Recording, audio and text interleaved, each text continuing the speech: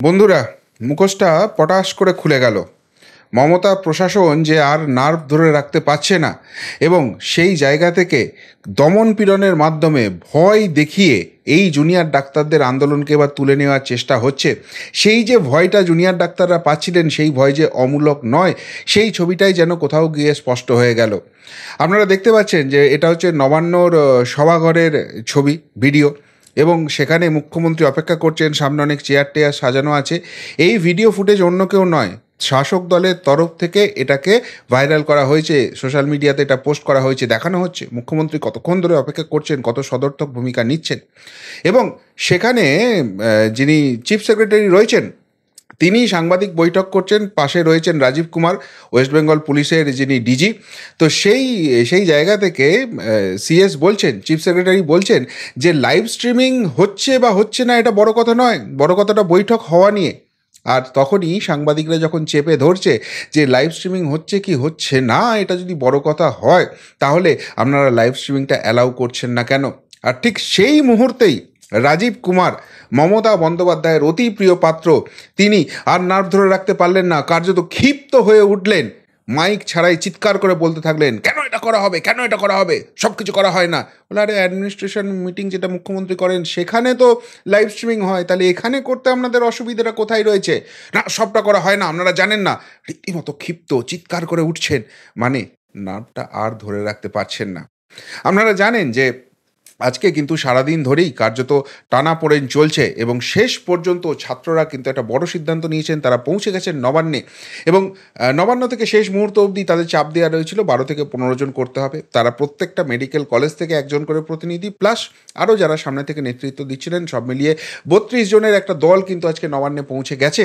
এবং সেখানে যাওয়ার পর মুখ্যমন্ত্রী নাকি গত 1.5 ঘন্টা ধরে নবান্নের সভাঘরে অপেক্ষা করছেন, কিন্তু সেই বৈঠক এখনও শুরু হয়নি। তার এক এবং একমাত্র কারণ, এই ডাক্তারি ছাত্ররা একটাই দাবি করছেন, বৈঠকে যা আলোচনা হবে সমস্তটা লাইভ স্ট্রিমিং করতে হবে। আর ভীত সরকার সেই লাইভ স্ট্রিমিং করার সাহসটা দেখাতে পারছে না। কেননা সেইটা করলেই যে নাটকবাজিটা হতো, এদের উপর যে চাপ সৃষ্টিটা হতো, এদের যে ভয় দেখানোর চেষ্টা হতো, সেইটা কি গোটা বাংলা জেনে যেত এবং তার ফলে যে স্বতঃস্ফূর্ত গণ আন্দোলন তৈরি হতো, তার রেস থেকে নবান্নকে আর বাঁচানো যেত না। সেই জন্য মমতা প্রশাসনের, মমতা পুলিশের এই লাইভ স্ট্রিমিং অফ রেখে এই এই 30-32টা ছেলে মেয়েকে একটা ঘরে মুখ্যমন্ত্রী এবং প্রশাসনিক কর্তাদের সামনে বসিয়ে দেওয়ার এই পরিকল্পনা ছিল। সেই প্রশ্নটা আরও জলজ্যান্ত হয়ে উঠল। আপনারা নিশ্চয়ই টিভিতে লাইভ দেখছেন, কিন্তু তার সঙ্গে সঙ্গে আজকে সারা দিন ধরে যে ঘটনা ঘটলো তার কিছুটা আপনাদের সামনে অবশ্যই এই প্রতিবেদনে তুলে আনার চেষ্টা করব। যেসব ইন্টারেস্টিং তথ্যগুলো যেগুলো মিডিয়াতেও আসছে না, সেগুলোই আপনাদের সামনে আনার চেষ্টা করব। প্রথমেই বোঝার চেষ্টা করব বৈঠকের ব্যাকগ্রাউন্ডটা ঠিক কী ছিল, কিভাবে এই বৈঠকটা আছে, জটিলতাটা কোথায়, কেন এখনও বৈঠক শুরু করা যাচ্ছে না, এবং সবথেকে বড় কথা, এই যে লাইভ স্ট্রিমিং না করতে দেওয়ার যে চাপটা ধরে রাখার চেষ্টা করছে মমতা প্রশাসন, কেন সেই জায়গাটা, কেননা এখানে যে দাবিগুলো আছে সেটা মানলে চরম বিপদ হবে। খোদ শাসক দলের সর্বোচ্চ নেত্রীর গদি টলমল হয়ে যাবে। আর যদি যদি সেই দাবিগুলো মানা না হয়, তাহলেও বিপদটা কিন্তু কম নয়। আর সবথেকে বড় কথা, দাবি মানা হোক চাই না হোক, এবার বৃহত্তর গণ আন্দোলনের পথেই যেতে চলেছে। গোটা বাংলা গর্জে উঠবে নবান্নের বিরুদ্ধে। 13 বছরের যে শাসনকাল চলছে সেটা থেকে মুক্তির জন্য শেষ যুদ্ধটা শুরু হয়ে যাবে। সেই সম্ভাবনাও কিন্তু উজ্জ্বল হচ্ছে আজকের পর। কেন এই কথাগুলো বলছি, অবশ্যই এক এক করে ব্যাখ্যা করার চেষ্টা করব এই প্রতিবেদনে। নমস্কার, প্রিয়বন্ধু মিডিয়ায় আপনাদের স্বাগত এবং আপনারা দেখছেন প্রিয়বন্ধু বাংলা, সত্যের সন্ধানে সর্বদা আমি শুদ্ধশীল।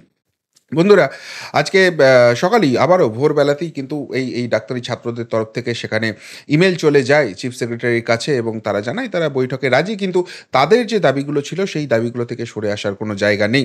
এবং সেই জায়গা থেকে আবারও চিফ সেক্রেটারির কথা আসে এবং দুটো যে শর্ত, মেন শর্ত ছিল সেখানে হচ্ছে, এক, তাদের 12 থেকে 15 জনেরই একটা প্রতিনিধি দল পাঠাতে হবে। কারা যাবে সেটা তাদেরকে জানিয়ে দেওয়া হোক। এবং 2, লাইভ স্ট্রিমিং কিছুতেই করা যাবে না।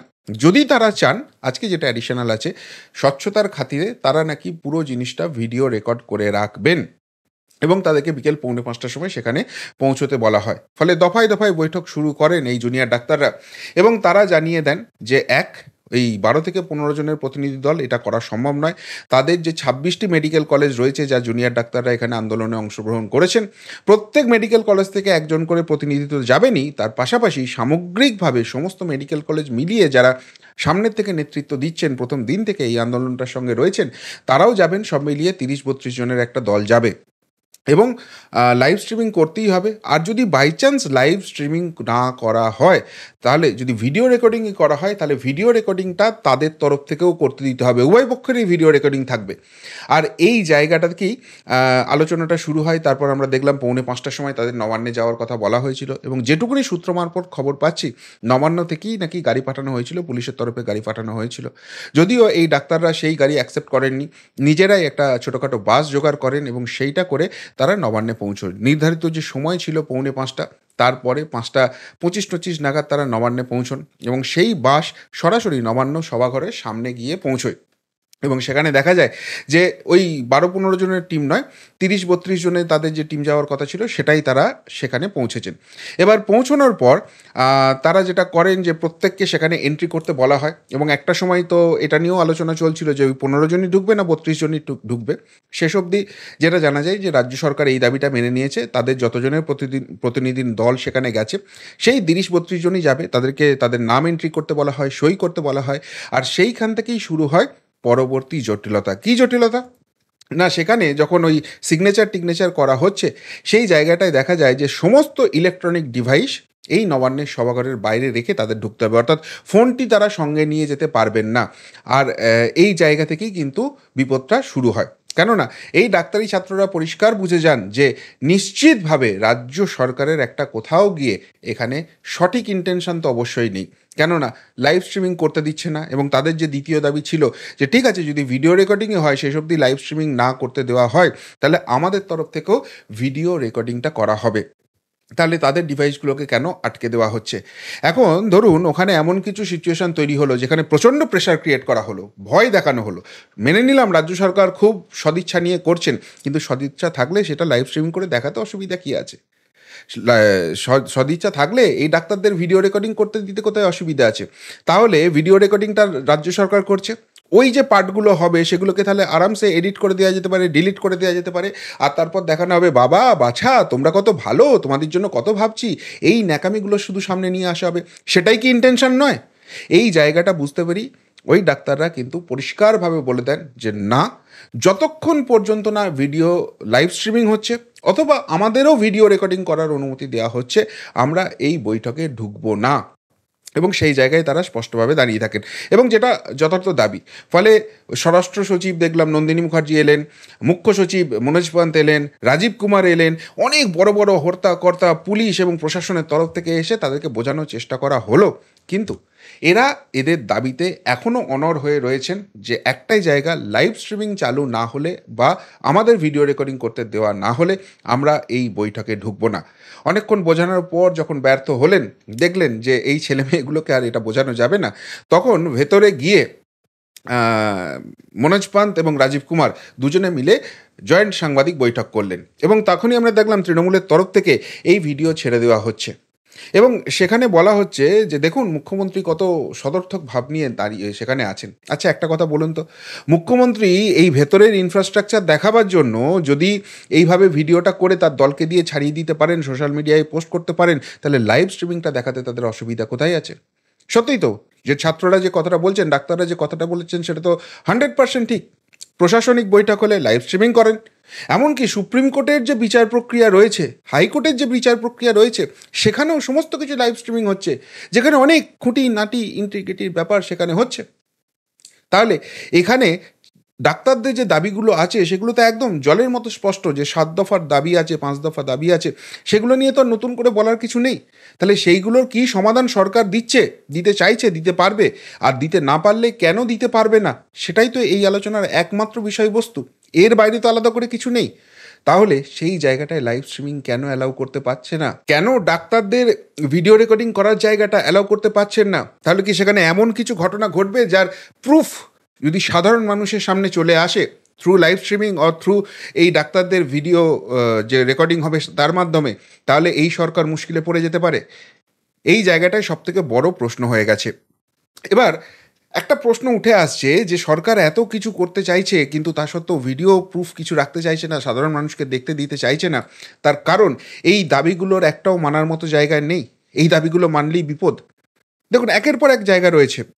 এখানে প্রথমেই তারা বলছেন যে অভয়ার যারা সঙ্গে জড়িত রয়েছে তাদের প্রত্যেককে চিহ্নিতকরণ এবং সেই জায়গা থেকে তাদের শাস্তির ব্যবস্থা করা। ঠিক আছে, রাজ্য সরকার না হয় বলবে এটা সিবিআই করছে, আমরা তদন্তে সহযোগিতা করছি। কিন্তু সেখানে রাজ্য সরকারের যে ভূমিকা রয়েছে, কলকাতা পুলিশের যে ভূমিকা রয়েছে, সেই পয়েন্টগুলো তো আলোচনায় উঠে আসবে। বিনীত গোয়েল, ওই টালা থানার ওসি, সেই টালা থানার ওসিকে নিয়ে মুখ্যমন্ত্রীর বক্তব্য, সেইগুলো তো প্রথমেই উঠে আসবে এবং সেই জায়গায় রাজ্য সরকারের ভূমিকা এবং কলকাতা পুলিশের ভূমিকা সেটা মানুষের সামনে চলে আসবে। এখানে তাদের দাবি আছে যে স্বাস্থ্য সচিব, স্বাস্থ্য অধিকর্তা, স্বাস্থ্য শিক্ষা অধিকর্তা তাদের পদত্যাগের দাবি করতে হবে।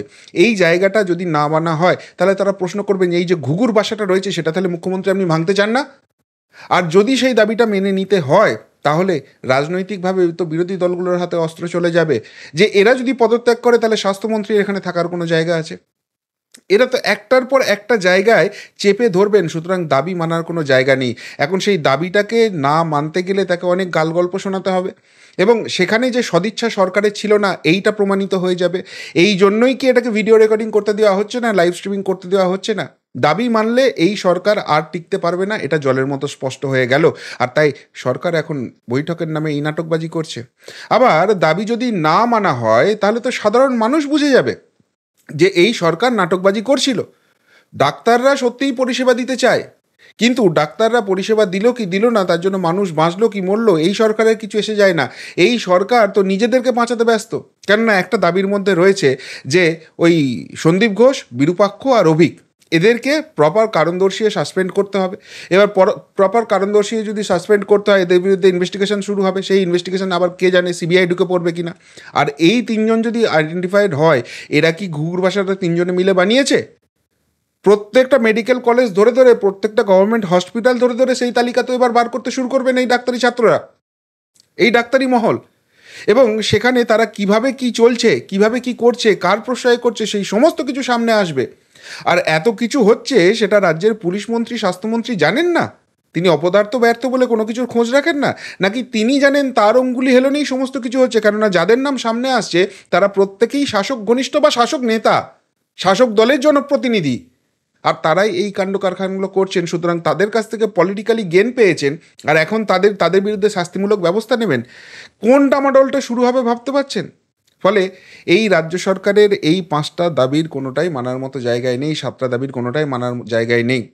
রাজীব কুমার এসে গল্প শোনাচ্ছেন যে সিকিউরিটি ব্যবস্থা আপনারা কাজে যোগ দিয়ে দেখুন আমরা কত কী করে ফেলেছি।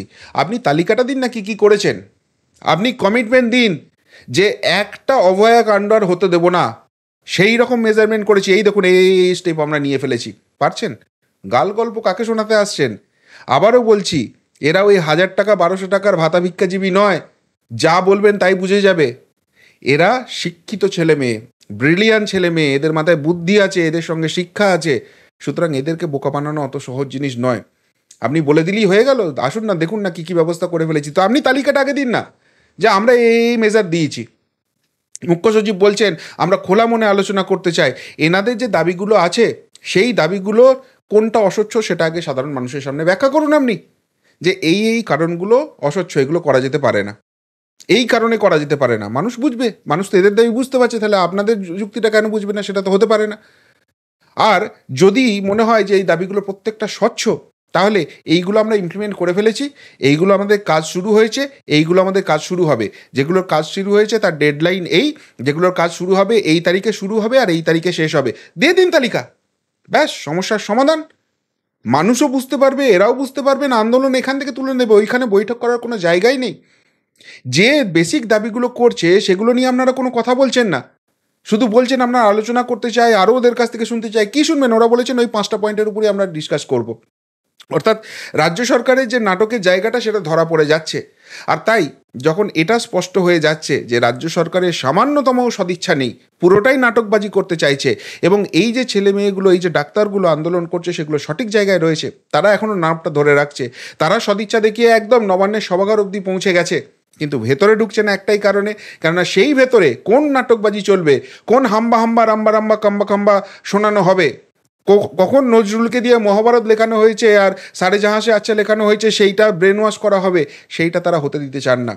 তারা যে কোনো চাপের কাছে নতি স্বীকার করেননি, তারা যে তাদের আন্দোলনের যে মেন জায়গা ছিল সেই জায়গাটাই ধরে আলোচনা করতে চেয়েছেন, এবং রাজ্য সরকারের সদিচ্ছার অভাবে তার সলিউশন হয়নি, এই জায়গাটা প্রুফ হয়ে যাবে।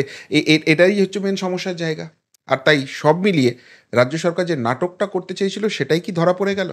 আর তার ফলে স্বাস্থ্য ব্যবস্থায় যে অচলাবস্থা তৈরি হচ্ছে, স্বাস্থ্যে যে ঘুঘুর ভাষা তৈরি হয়েছে, স্বাস্থ্য দপ্তরের যে ক্যান্সারটা ধরা পড়েছে, তার মূল হোতাকে এটা বাংলার মানুষের কাছে স্পষ্ট হয়ে গেল।